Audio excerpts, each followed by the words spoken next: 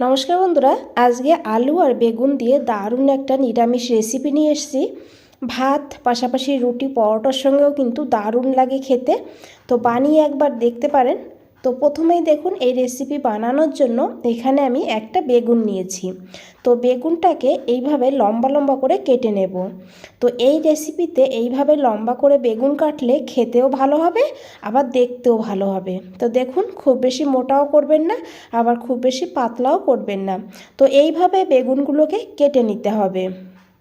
বেগুনগুলোকে কেটে নেওয়ার পর বেগুনটাকে জলের মধ্যে এইভাবে ভিজিয়ে রাখবো কিছু সময়। তাহলে বেগুনের কষটা বেরিয়ে যাবে আর বেগুনটা খাওয়ার সময় চুলকাবে না। তো দেখুন, এখানে আমি নিয়েছি একটা আলুটাকেও বেগুনের মতন করেই কেটে নিতে হবে। আর তারপরে নিয়েছি দুটো টমেটো দুটোকে কেটে নেব। তবে টমেটো দুটোকে আমি একটু আলাদা আলাদা করে কেটে নেব। তো প্রথমে একটা টমেটো আমি এইভাবে কেটে নিয়েছি দেখুন। আর পরের টমেটোকে এইভাবে কেটে লম্বা করে টমেটোর বীজটাকে বের করে দেব। তো এইভাবে টমেটোর বীজটাকে বের করে আমি এই টমেটোর মধ্যে রেখে দিয়েছি।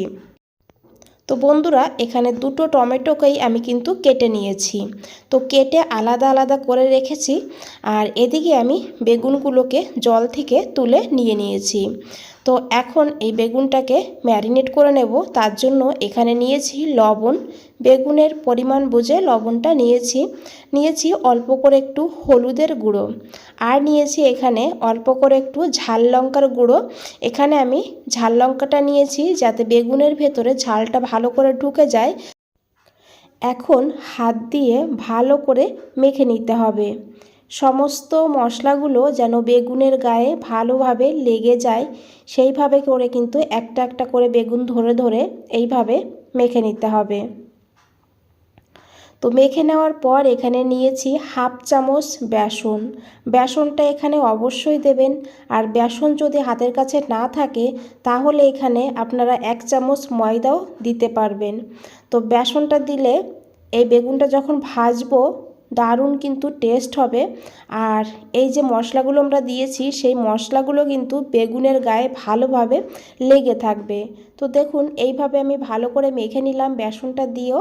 তারপরে বেগুনটাকে প্রায় 5 থেকে 10 মিনিট রেস্টে রেখে দিতে হবে। এদিকে একটা কড়াই বসিয়ে দিয়েছি। কড়াইতে নিয়েছি সর্ষের তেল। এই রান্নাতে যতটা তেলের প্রয়োজন আমি ঠিক ততটাই তেল নিয়েছি।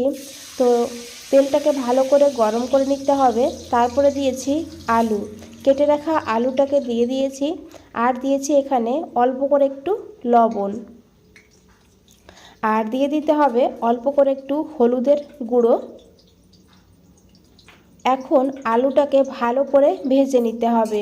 এখানে আমি গ্যাসের ফ্লেমটা মিডিয়ামে রেখেছি। মিডিয়ামে রেখে আলুটাকে লাল করে ভেজে নেব। এইভাবে আলুটাকে ভাজতে ভাজতে দেখবেন আলুটা প্রায় 50% সিদ্ধ হয়ে যাবে। আর দেখুন বন্ধুরা, আলুর কিন্তু কালার চলে এসছে। এইভাবেই কিন্তু অনবরত নাড়তে হবে আর আলুটাকে ভেজে নিতে হবে। তো দেখুন, আলুর কালারটা কিন্তু খুব সুন্দর হয়েছে। এইভাবেই বন্ধুরা আলুটাকে ভেজে তুলে নিতে হবে। তো এই তেলের মধ্যেই আমি বেগুনগুলোকে ভেজে নেব। তো বেগুনগুলো এখানে দিয়ে দিতে হবে।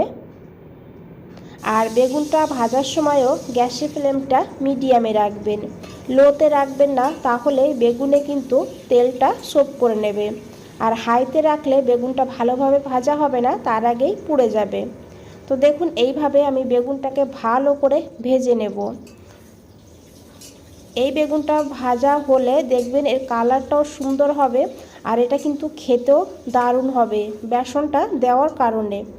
তো দেখুন বন্ধুরা, এখানে আমি বেগুনটাকে বেশ ভালোভাবে ভেজে নিয়েছি। এখন এই বেগুনটাকে তুলে নিতে হবে।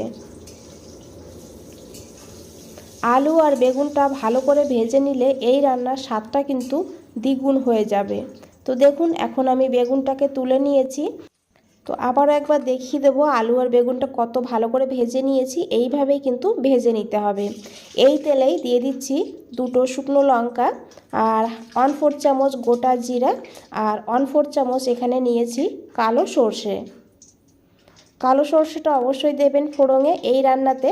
তো ফোড়নটাকে একটু ভেজে নেব, সুন্দর একটা গন্ধ বেরিয়ে গেলে তখন এখানে দিয়ে দিতে হবে হিং। এখানে অল্প করে একটু হিং নিয়েছি।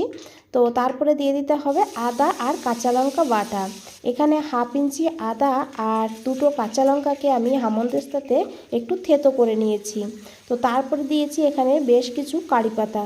কারি পাতাটা প্রথমে দেবেন না, তাহলে কারি পাতার ফ্লেভারটা নষ্ট হয়ে যাবে।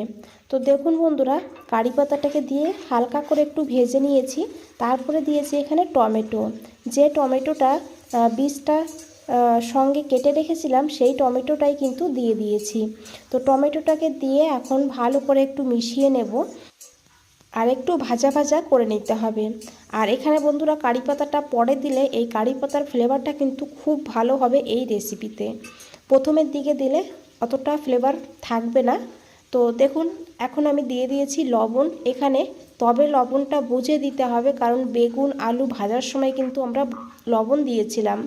তারপরে দিয়েছি 1/2 চামচ জিরের গুঁড়ো, আর দিয়েছি এখানে 1/4 চামচ হলুদের গুঁড়ো, 1/2 চামচ দিয়েছি কাশ্মীরি লঙ্কার গুঁড়ো। কাশ্মীরি লঙ্কার গুঁড়োটা না দিলেও হবে, আমি এখানে কালারের জন্য দিয়েছি। এখন খুব ভালো করে মশলাটাকে কষিয়ে নিতে হবে। তো দেখুন এইভাবে খুব ভালো করে মশলাটাকে কষিয়ে নিয়েছি। আর এখানে আমি সামান্য একটু জল অ্যাড করে দিয়েছি যাতে এই গুঁড়ো মশলাটা পুড়ে না যায়। জলটা দিয়ে খুব ভালো করে মশলাটাকে কষিয়ে নিয়েছি। যত সময় না এই মশলার থেকে তেল ছাড়ছে তত সময় মশলাটাকে কষিয়ে নিতে হবে। আর তারপরে দিয়ে দিতে হবে ভেজে রাখা আলুগুলোকে দিয়ে খুব ভালো করে মশলার সঙ্গে মিশিয়ে নিতে হবে। এখন 1.5 মিনিটের জন্য আমি ঢাকা দিয়ে দেব, যাতে আলুটা আর একটু নরম হয়ে যায়, কারণ বেগুনটা কিন্তু একদম নরমই হয়ে গিয়েছে, রান্না হয়ে গিয়েছে। তো সেই কারণে আলুটাকে ভালো করে এখানে সিদ্ধ করে নিতে হবে। তো দেখুন আমি প্রায় 2 মিনিট পর ঢাকনাটা খুলে নিয়েছি, খুব ভালো করে একবার মিশিয়ে নিয়েছি। আর তারপরে দিয়ে দিয়েছি কেটে রাখা টমেটো। যে টমেটোর বীজটা বের করে রেখেছিলাম সেই টমেটোটা দিয়ে দিয়েছি, সঙ্গে ভেজে রাখা বেগুনগুলো দিয়ে দিয়েছি। এখন খুব ভালো করে মিশিয়ে নিয়েছি। আর তারপরে ঢাকা দিয়ে প্রায় 5 মিনিট লো ফ্লেমে রান্না করে নিয়েছি। 5 মিনিট পর ঢাকনাটা খুলে নিয়েছি। তো এখন দিয়ে দেবো এখানে চিনি। এখানে আমি 1/4 চামচ চিনি নিয়েছি। চিনিটা অবশ্যই দেবেন টেস্টটাকে ব্যালেন্স করার জন্য। চিনিটা দিয়ে হালকা হাতে মিশিয়ে নেব।